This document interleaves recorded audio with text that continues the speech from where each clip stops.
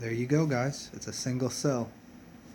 In the beginning, we can look at a lot of different work that's been done, a lot of great scientists and thinkers, and we can all just consider for ourselves the single cell, the original atom, if you will. Had no sex, had no. Um, it wasn't fed anything. It reproduced itself, and there was no antigens, there were no antibodies. It was just a single cell, and then it divided itself. Now, what can we observe and learn about that? What can we think about whether we come from whatever our background is on our thought processes of, yeah, this came from a big bang, or maybe we were procreated out of evolution, or maybe there was some designer, or maybe there was an intervention theory, as Lloyd Pye would explain, or other people have different ideas on how our blood was altered and changed. And there's a lot of other theories about dietary habits that have changed our blood types, and what would that original blood be?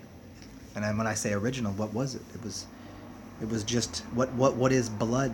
If we could answer or ask ourselves that question, what that cell that divides and becomes our body, how does it know when to divide itself to become bone, to become bone marrow, to become an eyeball, to become a heart, to become all these different things, all these different structures in the body, and what are the antigens and what are the antibodies, and that's how you are given and instructed on what blood types are. And I would suggest that those in the beginning didn't exist. And when I say the beginning, I'm not so the beginning of time. I mean, maybe, or the beginning of your life, or we can look at how is it possible that a baby has a different blood type than a mother? That's weird. How is it that I've heard that women can change blood types during a pregnancy? Now it seems obvious to me that blood types are dietary related. Now think of it this way. People get blood transfusions, and because there's a lot of proteins and a lot of things going on down the line that will alter or change your blood type and who you can get a transfusion from, because of the different types of antigens or antibodies in the blood, in and surrounding the blood, the single cell. Where did those all come from? What changed? Ask yourself, if you were to eat a medium rare hamburger, you're eating blood. You're getting a blood transfusion from that animal. If you eat a pig, you're eating pig's blood. Are you not consuming the blood of that? And says, well, no, that's going to go in your stomach, and your stomach's going to kill. No, but it's still going to go into your system. You're still going to receive some of the information. You're still going to get some of the blood in your system, no matter how you look at it. If you ate blood, if you drank blood, whatever it might be, whatever animal it might be, whatever plasma you might consume, if it's from a fish, if it's from a plant life, the plasma, there's different types of plasma. And we've talked about, like, in the past, what chlorophyll is, and what is it about the iron-rich blood? Why do people have iron in their blood? There's a lot of things that you can look at here, but when we start right at the beginning and just look at a single cell, a single atom, and it has nothing on the outside and nothing on the inside. What is the blood? What does it become? What are those things? What are the markers that actually cause the life to exist? Because if life exists, whether it's A, B, O, there's C markers, there's proteins, there's what's outside of that blood, it's the plasma, it's what's inside of the blood. It becomes you have to question, do we get back to the idea of electrical universe theory? I mean, certainly the body is electric and magnetic. You sing the body electric, right? And so what is it about the blood cell? Can we change it? Can it be altered? Is it diet related completely? Could you change the markers in your blood? Well, certainly. If you start consuming things that are full of, like if you're literally giving yourself a transfusion of blood. If you were to eat cow blood, you become, you get the blood of that cow. That is just, it just so happens to be that's what's occurring. It's going to go into your system. You put it into your mouth, it's going to go into, it's going to go into your tongue. It's going to get into the places in your cheeks. If you're a butcher, you're cutting up pigs. You're not getting blood on you. Of course you are. Of course there's blood getting on your skin and getting into you. So whatever antibodies and antigens were on those meat products, that's going into the body.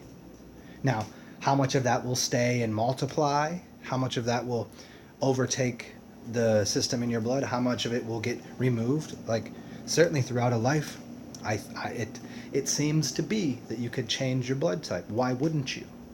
Why wouldn't you be able to? If we can see all of these other instances and cases of blood types being changed and altered, why couldn't you? Why couldn't you clean your blood? Why couldn't you get rid of the antigens? Why couldn't you get rid of even the antibodies? When you look into the idea of an Rh null blood, meaning there are no Rh factors whatsoever. Because when we say Rh negative, we mean there's not the common system. There's not the few markers for what the rhesus would be. There's just a couple, but then there's some beyond that which give you the other 35 blood types. And in fact, there's way more than that when you start to look into what the proteins are and what the antigens are in the antibodies. So let's eliminate all of that. What is the pure blood? And is there a pure blood? Can you get to that point? Isn't that the whole story in all of these fables, these tales? The pure bloods. The royal blood. And you get the different, we can even talk about, I've met somebody that literally said they have green blood. I was looking at their veins, and their veins looked green. What does that say? What was their diet consisting of?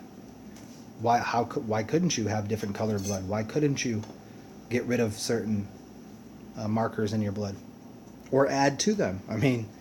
Because apparently it seems that we've been adding types of antigens and antibodies to our blood, and that's what is happening. The original blood was what? If we first came from one thing, it was a clean, pure blood that created a clean, pure, you could call it the angelic strain of human, or where we came from. We can call it the royal blood or whatever. And now people claim it, but they don't have it. Can they implode their blood? Is their blood clean? You see these people that are just looking like wrecks. They're looking like beat up old pieces of machinery, and they claim to be royalty and pure blood. And no, I don't think so. That doesn't.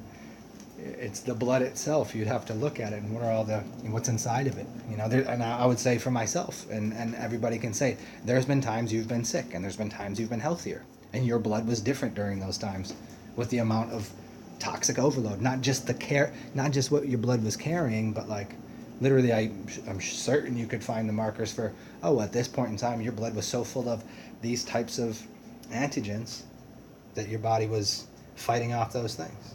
And at other times, we got rid of those. So how much is that dietary related? We say hereditary. No, we really confused on what genes are and what hereditary actions are. Meaning, is it occurring because your parents did that? No, your parents have a diet and a habit, and you take those diets and habits on. And those diets, the types of belief systems, the type of eating habits, the food you intake, the music you listen to, the television you watch, the sounds that are coming into your system, it can become, that's what we're talking about. And so all of that, can we change all of those kind of things to literally purify and change our blood, to put it into a system that allows it to, as I've suggested in my other prior videos, go check those out, that the blood is the time travel device. The blood is the implosive mechanism that lets you, see the future, to astrally travel, to have a telekinesis. I don't know, anything it might be. So, yeah, I thought I'd just, again, hit on this idea for people, because a couple people asked about what is it about blood? What is it about the golden blood? You know, what does the original blood look like? Is it an O negative or an O null? I mean, I don't know. Maybe it's not an O at all. Maybe it's no letter whatsoever. It might be an O. I don't know. But certainly, it seems like what the goal would be is to purify and clean your blood. And what would that look like? What would a very clean blood, what would it be classified as? Would it be royal blood? Would it be pure blood? Would it be golden blood? I don't know. But certainly as you get healthier, you'll feel better. Certainly as you get healthier, your brain functions better. Certainly as you get healthier, your blood is cleaner. Certainly as you get healthier, your organs get cleaner. So now if you cleaned out all your organs and your organs are firing perfectly, and now all of a sudden your blood is, you know, whatever you put in your body, like what kind of markers would you have in your body if you didn't consume any animal products? If you were just consuming the juice of fruit, the blood of the fruit, what kind of antigens and antibodies do fruits have in it? What kind of antibodies and antigens does your urine have in it? What kind of stem cells are in there? What kind of original code source material of your DNA is in your urine? And by looping that to actually perfect yourself, from your own DNA, because you can look at it. Your blood is your parents' blood, is your parents' parents' blood, go back as far as you can, and that's all in your DNA strand. Now, if it's not even a matter of, junk DNA or something, but is it just uncloaking, because those parts of your DNA have been damaged or switched off or covered in proteins that don't allow it to move or to be recognized, because there's been a coagulation of information in your blood and too many proteins in your system, because people don't understand really what proteins are. But yeah, so I hope you guys enjoy this little talk. I'll get back at you guys with a little furthering information on UFOs in your blood and time travel and weird stuff and practical wisdom, how to improve your life. And as always, do cool things, have fun, enjoy yourselves. And if you can, inspire the world. And if you can't, inspire yourself. Talk soon, y'all.